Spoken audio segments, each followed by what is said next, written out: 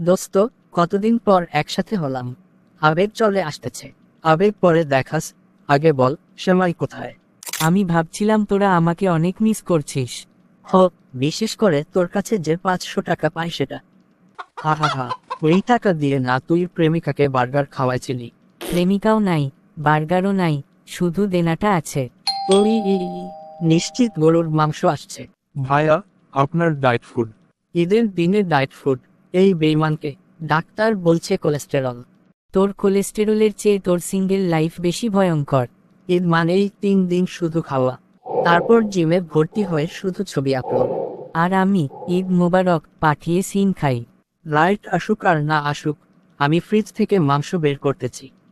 বন্ধুত্ব মানে কি জানিস? একসাথে খাওয়া। একসাথে কাদা।